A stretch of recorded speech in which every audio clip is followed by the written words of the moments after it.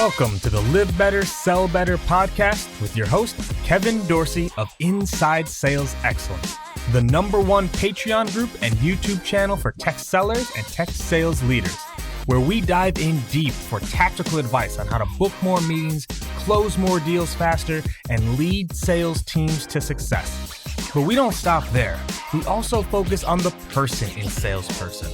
We talk about mindset, goals, time management, and so much more.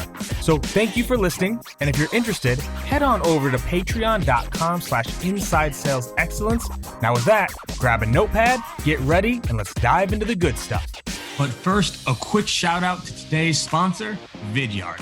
If you aren't using video in your sales process, I promise you are leaving money on the table. I personally have been using Vidyard with my teams for years now, and we use it everywhere. Top of funnel to book more meetings via email and LinkedIn. Middle of funnel to improve show rates to demos, post demos to do proposals and follow-up and close deals faster. Using video allows you to connect better with your prospects, bring your personality, energy, and enthusiasm across every single time, and they have a much more impactful and memorable experience for your buyer. So again, if you're not using video, you need to be. And if you are using video, you should be using Vidyard. Check out Vidyard at vidyard.com. And with that, let's get back to the show. What up, everybody? Welcome to another episode of the Live Better, Sell Better podcast. This is your host, Kevin Dorsey, aka KD. And today we are going to talk about ownership. We're going to talk about ownership because it's a word that gets thrown out. People talk about it, right? Take ownership, be an owner of your life. But how often we don't actually own the life that we are creating, right? There are business owners, there are brand owners, there are owners of things, but we rarely take control and ownership of the most important thing in our lives, which is our life. And that is why I'm so excited to be talking with Casey Graham today, the founder and CEO at Gravy. You probably see him all over LinkedIn. But the topic around not just what it means to be an owner of a company, but how to take that same mindset and apply it to your life is what we're going deep on today. So buckle in, y'all. This is going to be a good one. Casey, my man, welcome to the show. Thanks for having me. This is going to be fun. I'm already fired up. I know. I was pumped up. I was looking at my calendar. I'm like, yep, that's today. All Good. Right, yeah. Hey, that's true. There's two types of meetings. There's meetings you look at and you're like, I'm ready. And there's meetings like, I don't want to do this. It's like when you're counting down, it's like, okay, how many meetings do I have to finish to get to the meeting that I want to get to? And this is one of them, man. And that's good. One of the things that I love doing in the show and the feedback I've gotten, right, is like, we don't do the backstories. We don't go through the fluff. Like we and right before we hit record, you said a phrase that is literally going to guide this entire conversation, which is owner's intent. Owner's intent. And I love that phrase. And it's something that I think you've created. So let's start with the definition. What does owner's intent mean? Yeah, it's the single sentence to help you not screw up your life. Can I go back in time and say it to myself? Because that's what we all say. So the only and it answers this question. And this would seem like, and Kevin, you're going, I can't believe I invited this guy to come on the show because this is such a simple question. Here's the question. I've asked over 1,000 people this question. Nobody can give me a succinct answer instantly. Here it is. What do you want? Freedom. What does that mean for you? Mind spend and time spend. I want freedom to think about what I want to think about and the freedom to spend my time where I want to spend it. Okay. And how much time do you want to spend doing that? All my time. All your time. And so is there anything blocking that? Anything blocking my ability to have freedom of mind spend and time spend? I'd say no, there's nothing blocking it. I could have freedom of mind spend and time spend whenever. I can walk out the door right now and have it, but there's a certain quality I want of it. So no is the answer. No is the short answer. There's nothing preventing me from having it. So when asking the question, what do you want? Your answer is, say it again. I said freedom of mind spend, freedom of time spend. And that every decision that you make flows through that. Decent amount of it. Yeah. Right. And that's the single sentence. So you did it. You're the only one. Let's go. I Like, love it. I mean, too, man. Like, I mean, But- obviously this is audio, but I've got my cards right here. Like, these are my intentions. I get it. Here.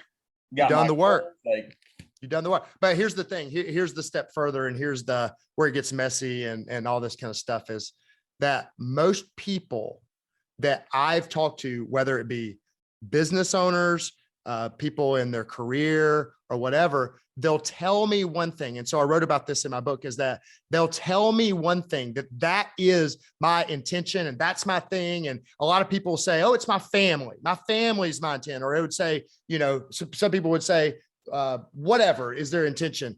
But here's how you truly know what it is. The way you know what your intention is, your owner's intent is what stresses you out the most. What stresses you out the most reveals what your true intentions are. And so a story I like to tell is there was a lady that I was working with. I used to do consulting. I hate consulting, but I used to do it. That's how I know I hate it. And she would always tell me, like, I want to influence 1 billion women. And that's what I want to do. Right. And that was thing. And I think we would all agree that's a great thing. And that's a lot of the women on earth, right? It's a big deal. But every call I had with her in consulting call that she would talk about how many members she has and what her financial situation was. And so I kept asking her, I would be like, well, what about, I thought you said your intention was the billion. And she was like, it is. That's what my true intention is. That's my why. That's what I do. That's why I do what I do. But I was like, but why don't you ever talk about that? Why? And the thing that stressed her out was her money and her net profit or not, and how many customers or people that left, and everything was around financial. And so I connected the dots with her to say, listen, you don't have to have this over zealous, over spiritual, over sound good why. And this whole idea that I think, and I love Simon Sinek and his work, but this whole thing is about start with why, is that people have these big ethereal whys. But what I see with people is truly what they want to do. It's pretty simple. And so I dug down with her and I figured it out. And really what she wanted to make was $40,000 a month net profit out of her business. She wanted to be able to work from everywhere she wanted to work. And she wanted to be able to have the dogs that she wanted to have because she was a dog rescue person. And that was it. Yes. And so I got her and people would say, did you talk her out of $1 billion, vision? And I was like, no, but that's not truly what her intention was. I got to jump on that real quick because it's not about talking her out of anything. She couldn't talk herself into it. That's right. She couldn't even talk herself into this idea. And I love that you brought up Simon Sinek because I agree. Love his stuff, love his books. And like you read it and you go, find people's why. And I talk a lot about the differences between like what's in books and what happens in real life. And it's like, I worked on this with my managers. It's like, look, we got to be honest with ourselves. Most people don't have a strong why. If they did, the world wouldn't be the way that it is. The industry wouldn't be the way that it is, like having that why. So I love that. I was speaking with a woman last month. She's actually going to be a guest soon. Asked her a similar question, what she was looking for in her next role. She's like, I want the big pop. I said, all right, how big of a pop? There we go. All right, she goes, how big of a pop? She goes, $100 million. Really? Okay, here's what I want you to go do. Here's your assignment. Go try and spend that. Tell me when you run out of things that you think you can buy with that. And she went in, she came back, like, I didn't make it past like 22. I'm like, exactly. You don't want $100 million. No. Like, ridiculous. So how do you help people find that out? Because you got super specific. 40K net profit, the dogs, and work from anywhere. Yeah. What process did you go through with her to like narrow down to those 3 key things?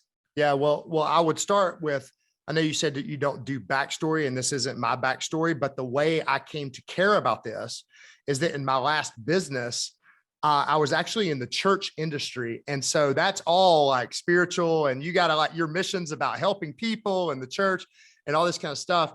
And what happened is I told myself that, and I even told our staff that, but really all I cared about was becoming a millionaire. Mm-hmm. That was it. And then I ended up selling the business, became a millionaire. And then everybody looked back at me and was like, I thought this was about the people and the church and all this stuff. And I went into a funk and a depression, and I was 14 months. My granddad, I have a lot of suicide in my family. And people may say you have Jesus in your heart, but you got your granddaddy in your bones kind of mentality. And so that scares me. And so I went down into a reality. And what I learned is I learned how to be honest with myself, because most of us, we're not honest with ourselves about what we truly want. And we're scared to just go, I want to be a millionaire. And that's why I own this business. And then when people come work for us to say, hey, I'm just going to tell you on the front end, I am doing this so that I can sell this company in 5 years. And I want to personally be a millionaire. Now, I'm going to treat you great and let's align this together, but I want you to know why I'm really in this. And then let's flip it. And then you tell me why you're really in it. And then we create alignment together on what those true outcomes are. And so that's kind of how this thing happened. It happened out of pain, Kevin. It happened out of getting to the end of lying to myself and then other people going, well, you're just a liar. Mm-hmm. And so my heart for people is to say, you don't have to do that. So the way to start is the 5 whys. And you've already done this. It seems like you've already done it, but It's the 5 whys. And so I'll say, well, why do you want that next career jump? Why do I want to be the VP of sales at the next company? Well, I want to do it to make more money. Okay. Why? Well, the way I say it is, why is that important to you? And then they give an answer. Well, it's important to me so I can provide for my family. And, I've worked really hard to get, and I'm going, okay, so providing for your family and working really hard. Why is that important to you? Well, working really hard is important to me because, I want to be able to provide for my kids, and they're young and go to college, and I want them to have like what I didn't have. Why is them having what you didn't have important to you? Well, when I grew up, and then we'll go back and they'll end up telling a story. When I dig to about the 3rd why, I'll get a story, and the story will usually involve some type of pain. Mm-hmm. And it's something that they didn't have, or an experience or a relationship or something like that. And then we'll go down to like, well, my parents split up when I was 12 and I had to start working at whatever. And then I'll go, okay, so why is it so important that your kids don't experience? And then I get down to it.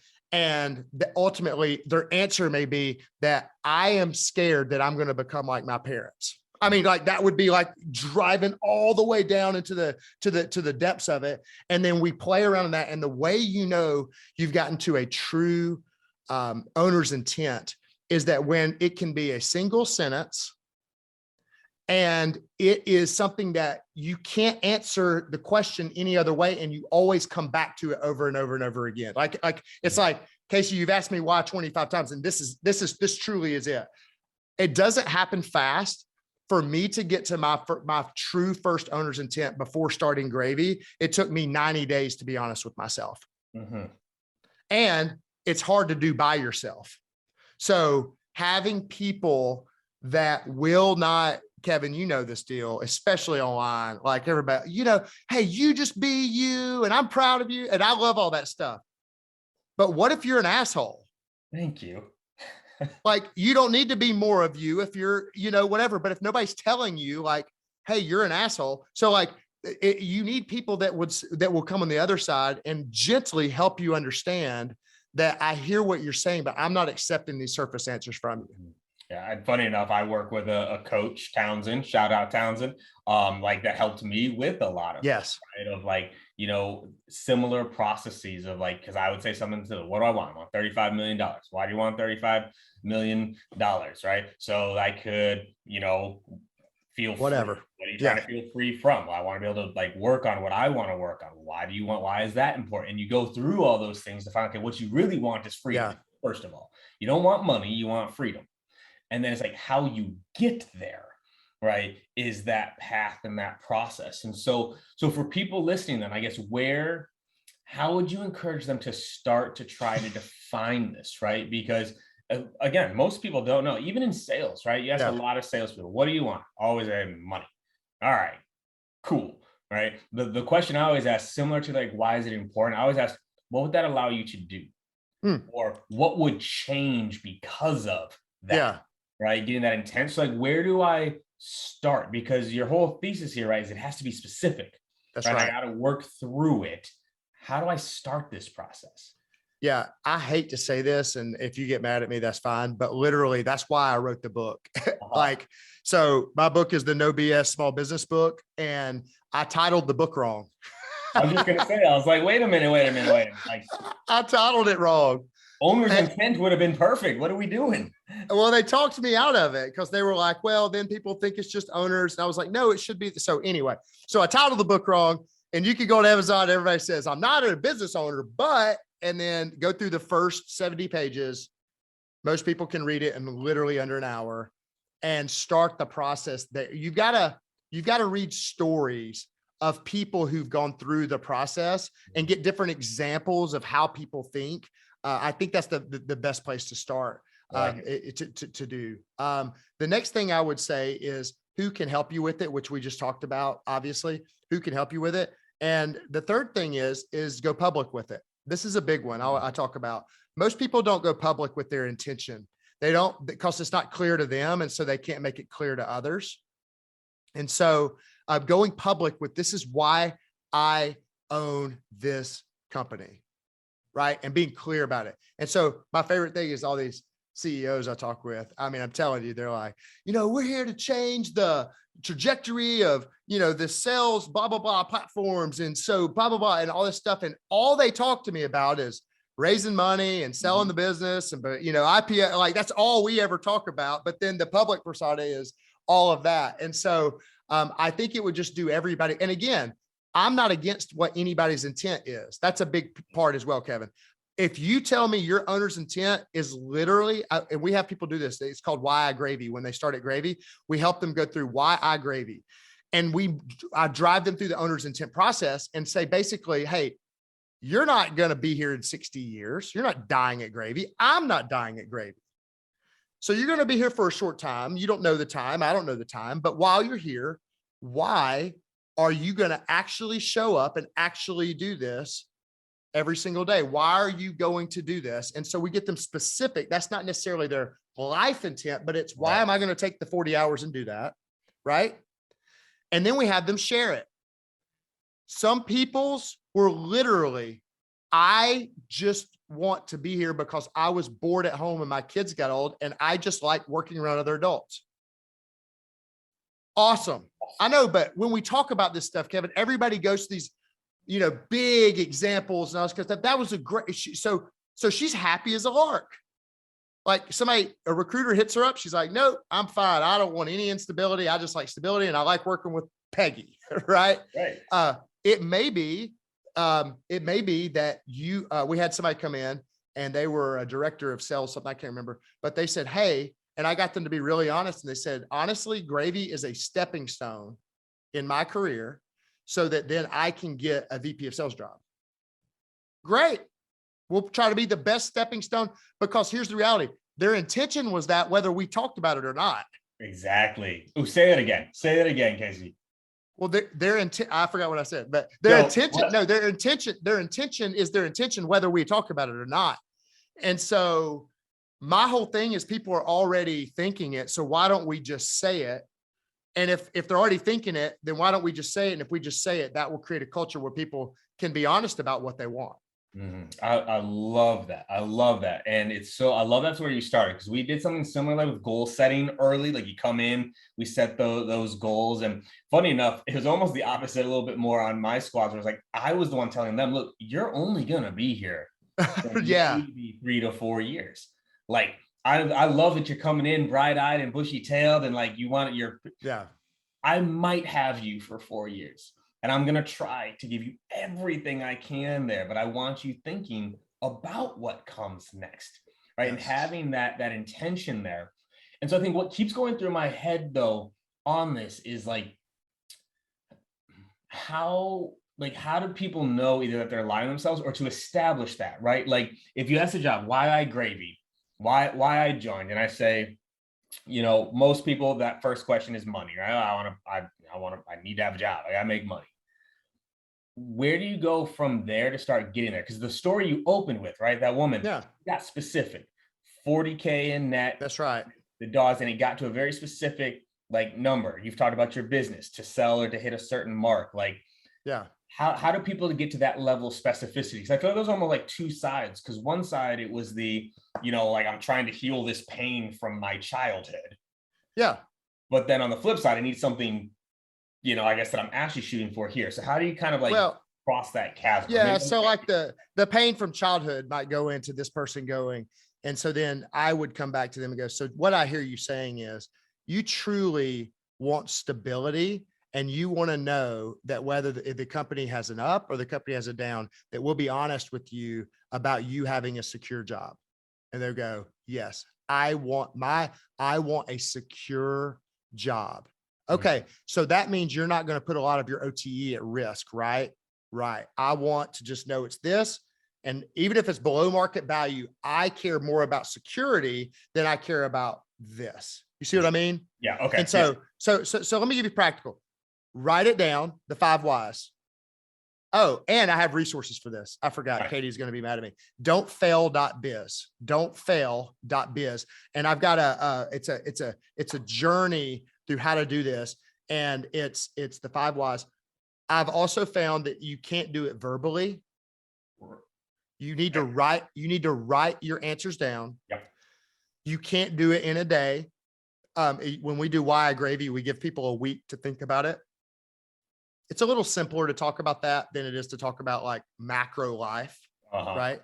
So, but you can start there.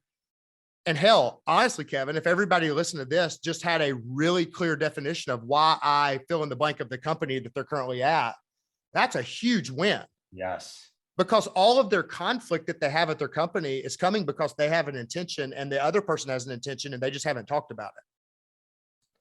So write it down on paper and then give it time, share it with others and like get feedback and then go public with it. That's exactly what I talk about in the book. And that's how would do it.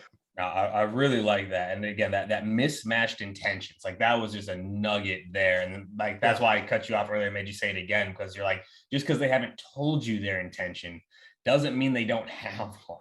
Yeah. Right. It was going to be a stepping stone regardless. At least now you're on the same page. At least now you both understand like, hey, that's a stepping stone. Great. Let's make it good together. And so then let's flip it the other way, right? So it's a little bit on like how to get the owner's intent. Yeah. Let's talk about the different things that we own, right? Because I think, and that's where, I know you did it with the book, right? It was like, there'll be a small business. You're like, well, I'm not an owner. You said that actually gets brought up a lot in the reviews, but I'm not an owner. I'm not an owner. I'm not a VP. I'm not a CEO, right? People listening, like I'm not at that level. Let's talk about like, when you say owner, what do you actually mean? Yeah. You could own a personal brand. So I literally had to I have to write things on paper because they become real to me. And I literally last year wrote, here's Casey Graham as a human being on one paper. And I drew a stick figure. Then I put, here's Casey Graham, another stick figure, but I drew a circle around that Casey Graham. And I said, that's Casey Graham Inc. As a personal brand, because we mix these things together. We're like, your personal brand is just you. I'm like, no, it's not. It is a entity. It is a play. It's different than just me as a human being with the people that know me and love me and my friends that I do life with every day. Like by LinkedIn, sure, you can be authentic, but it's a business. It's like, you're not doing it for your health. You're doing it to get something out of it. And if people say, I'm just being me and I just want to be authentic because I'm like, bullshit. Like sorry if you have to cut my cuss, but oh my gosh, you don't have to apologize for me about that ever. Keep going. But you own that personal brand, but people act like they don't. And they act like, oh, I'm just being me. I'm like, no, you have a personal brand. You should know. Why in the hell, when you pick up your cell phone and look at your time spent on LinkedIn this week, why was it 7 hours and 22 minutes or 3 hours and 15 minutes or 12 hours? Like, if you can't give me a clear answer for that, then you don't know why your brand exists there. And so for me, my personal brand intention is to recruit A+ talent at zero cost. Yes. Period.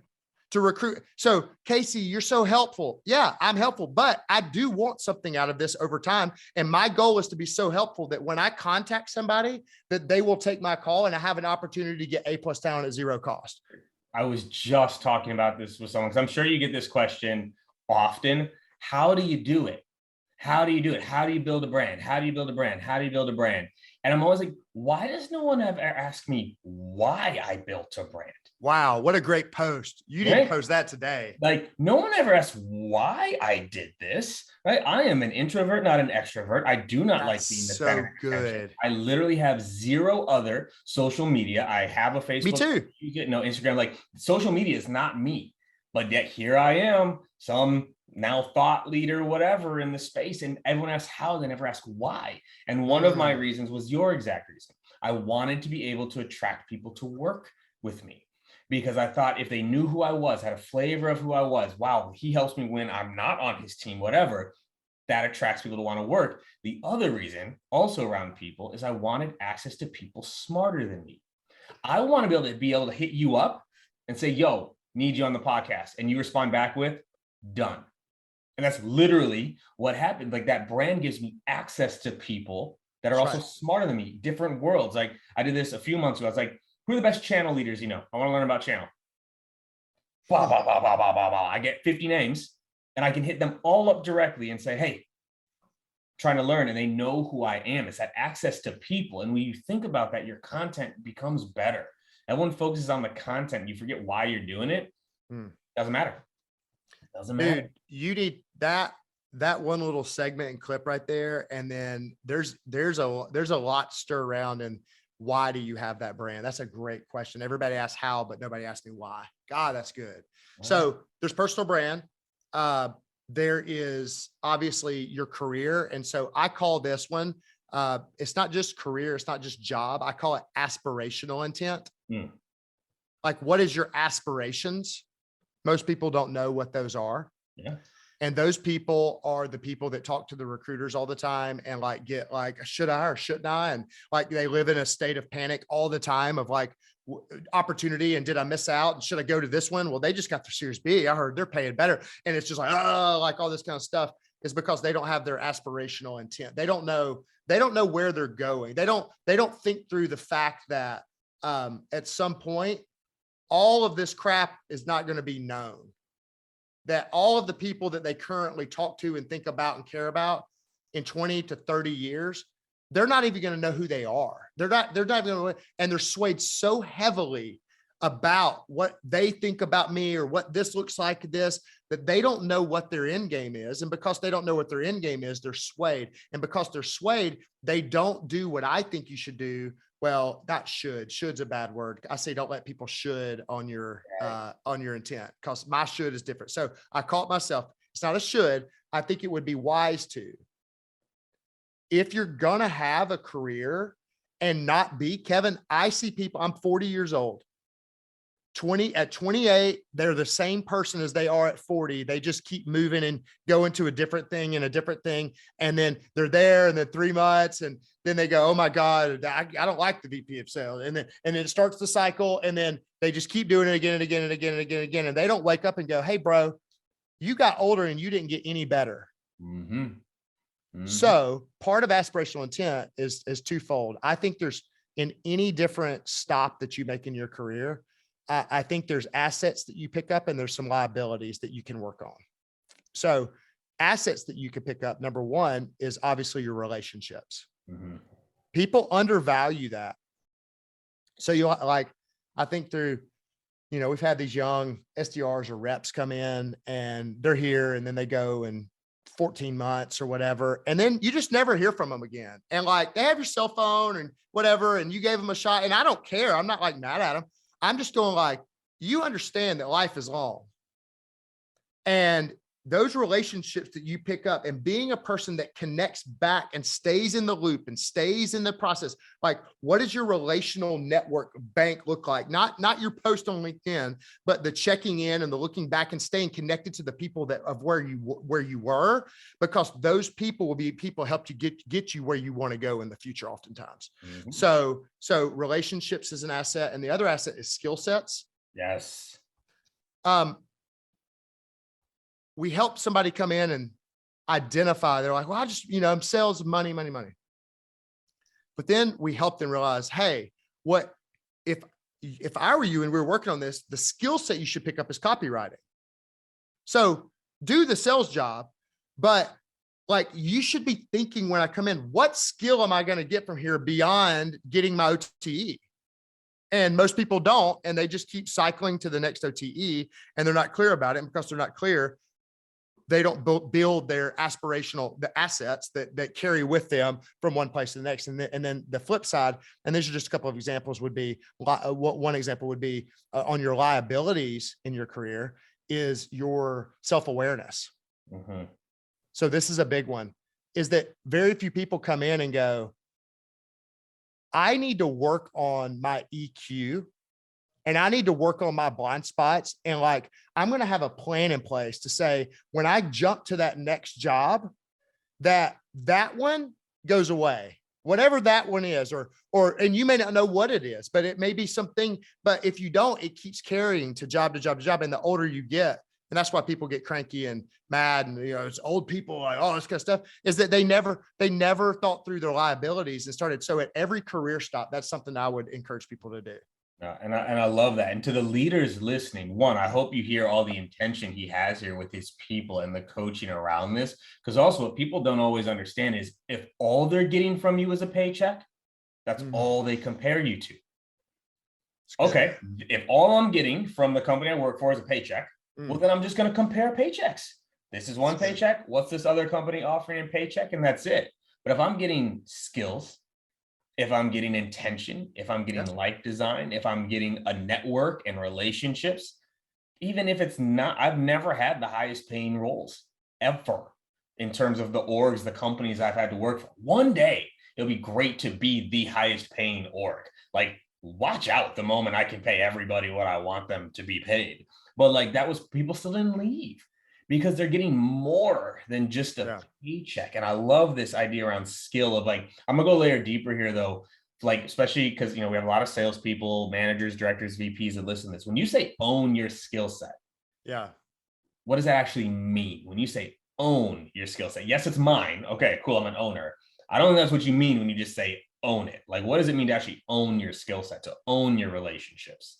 Yeah, it's a balance sheet, meaning that it accumulates in value over time. And that on a company's balance sheet would be the cash that you have on board, your cash, your currency into your future that gets you into doors and opportunities and makes you more better and all of that stuff will be owning a clear pathway to relationships that you want to keep up with, you want to nurture, you want to develop. So a practical example would be, if I was 24 years old, I worked at a company and I had access to, I'm not saying just me as a CEO, but anybody that, let's say, that they looked up to or they had a relationship with, and they reached out to me and said, hey, listen, I'm going to be leaving. However, would you be open to scheduling a 90-day reconnect? And I'm going to be starting this new career, but in 90 days, I'm going to reconnect from now. I've never had one person do that. Ever. It's funny enough. I've never had the people that do stay in touch. They don't wait 90 days. It's like, yo, oh yeah, that's true. It's like KD, like I landed.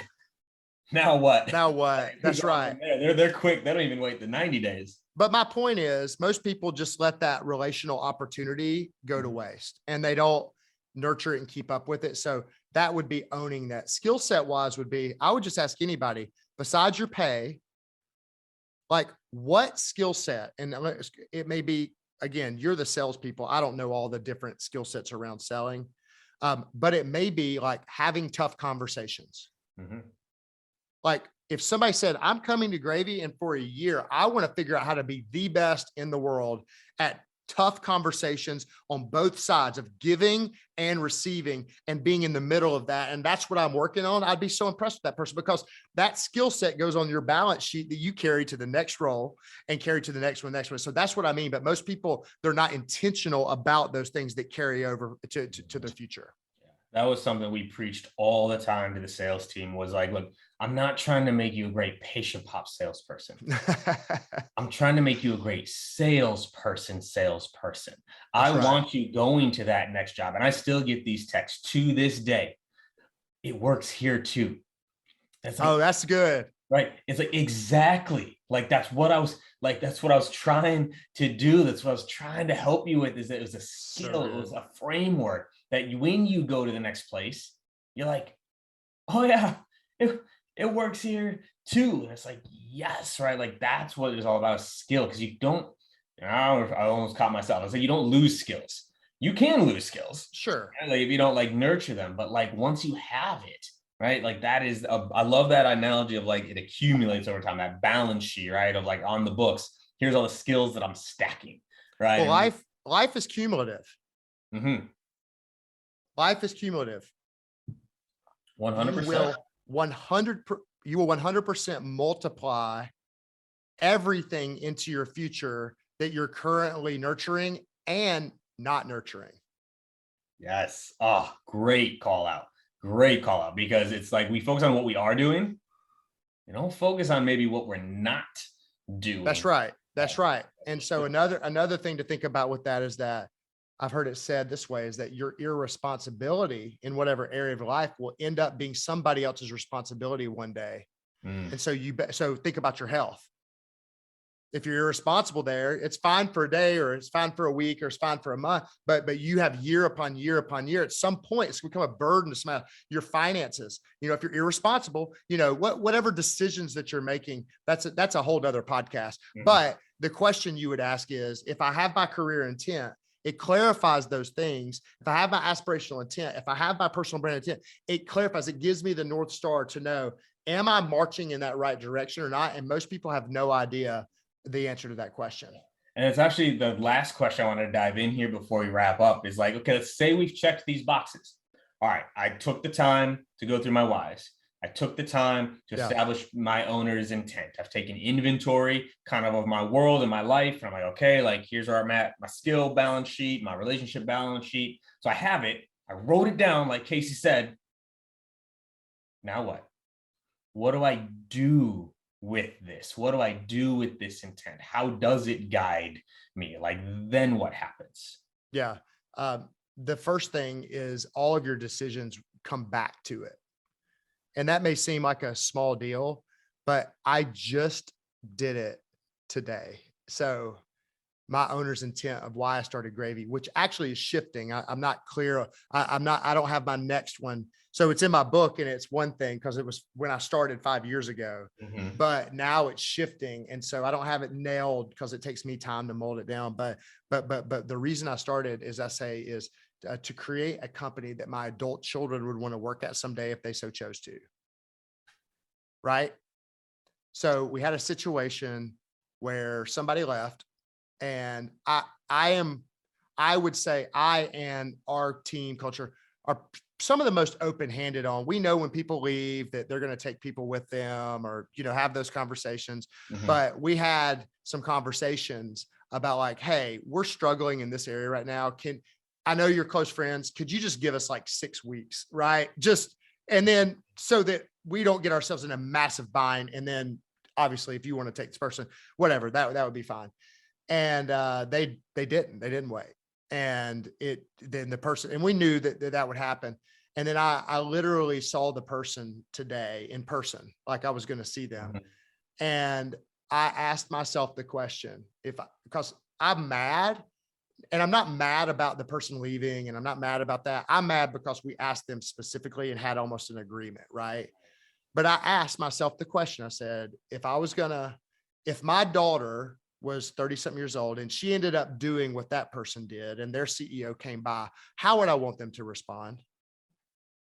What would I want them to do? And it would just be, I would want them to be a person of grace, of forgiveness, and to just be like, I'm not going to make this weird and make some big deal out of it. And I'm just going to be nice and have the chat or whatever, versus saying something that's going to be divisive or create something that's whatever. And so you would say, Casey, that seems, but that literally came through my mind. And that's why I made that decision. So every decision will circle back through it. Every relationship will be filtered through this as well. Is this person or these people, or is this boss helping me or hindering me to achieving that intention? So that's a big one. So it's decisions, relationships. And then the last thing I would say is the third is for yourself, the peace of mind, meaning A lot of people don't know the answer to the question, what do you want? And so they're always searching and unhappy and unfulfilled because they don't know. And if you don't know what it is, then you'll never be happy. And so just having this as a bedrock for your soul is a safe place for your heart and just your mind and your spirit to land, to say, hey, that is it. And I'm okay with that. Doesn't have to be 100 million. It's really, it could be 300,000. And I did it. We did it. And I can feel good about it. And I don't have to have all this other crazy stuff just because culture baits me into believing that I do. Oh man. I mean, that's in my world the last year, because that was the journey. And like, you know, you asked the question at the beginning, you asked me for my statement, had my statement, asked me, does it guide your decisions? And it truly does. One of my cards is what I'm doing right now bringing me closer to or further away from my goal? Right. And that constant presence checking, right? Either I'm getting closer to it or further away from it to guide those decisions. I turn down clients. I turn down jobs, right? Where I'm like, yeah, that'd be a lot of money. Money isn't what I'm chasing anymore, right? Like, you know, old me, I did actually write a post about this where it's like, sometimes you have to go through this journey to understand it. Because me 7 years ago, right? Like, oh, like you just need freedom and peace of mind. Like, dude, get out of my face, right? Like I'm living in a little dump. I've got a kid I need to provide for and all these things. But it's like, I wish I'd had that clarity then of like what you really are seeking. And generally, we almost always already have what that is. You're right. Like Townsend, the coach I work with, he's like, you don't seek happiness. Like you are happy. Like you are happy, right? Like that's a decision you get to make right now. You have peace. Anytime you want it, you have peace. You just have to claim it and accept it, right? And so with all this, man, like where, so name drop the book. I want to stop you on this for a second. What you just said, so part one starts with Ariana Huffington's quote that says, and this is really good, nothing is ever enough when what you were looking for isn't what you really want. So that's the premise, I guess, of everything that we're talking about today, is that nothing is ever going to be enough when what you were looking for isn't what you really want. So that's kind of how I would end this. Yeah. And it's full circle, because if you don't know what you want, if you haven't established it, and actually knowing that it is what you want, like, and I think that's the point you were making earlier. It's like, oh, I want to be a VP. Why do you want to be a VP? Well, security. Why do you want security? For my kids. So what you really want is for your kid to live a different life than you. And that's what you want. And the VP title might be a tool. It might be a delivery. Yeah. What you really want is that. Or it might hinder you. True story. Because it puts so much stress on your life and relationships, and like you end up living in some cycle that you repeated because you made up a thing that's going to get you, but you didn't realize like what you currently have may be the perfect role because it's getting you that. So I'll never forget this one. Like when I ask people this question all the time too, like why they do it, like what their motivation is. Like, it's my family. I'm like, bullshit. Yeah, right. Ask your family what they wanted. It's you. So you working 60 plus hours a week, telling yourself you're doing it for your family is completely hypocritical, because your family would want you with them. Your family would want you to have more energy. Your family would want you home. So if that's really your motivation, you need to quit tomorrow, because that's not what's driving it. It's okay. Like, I don't do this for my family. I don't do this for my family. I don't push myself for my family. I push myself for my own pride, my own potential, what I believe I can be. They benefit from it, but I don't pick up like, oh, I'm going to make these calls for Lily. Like, no, I'm making these calls because this is what I do, and I enjoy it sometimes. Other times I don't, but I do it because, hey, I'm going for something bigger. Man, dude, Casey, hold up. But we knew we can wrap this.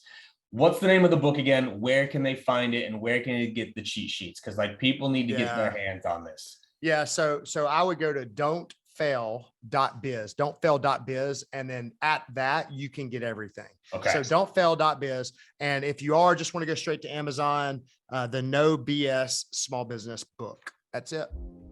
Casey, my man, I can't even say this is what I was hoping it would be, because this was more than what I was hoping it would be. Like, this was phenomenal, dude. Thank you so much your time, your energy, your insights. I'm going to have to bring you back for part 2 because we're not done.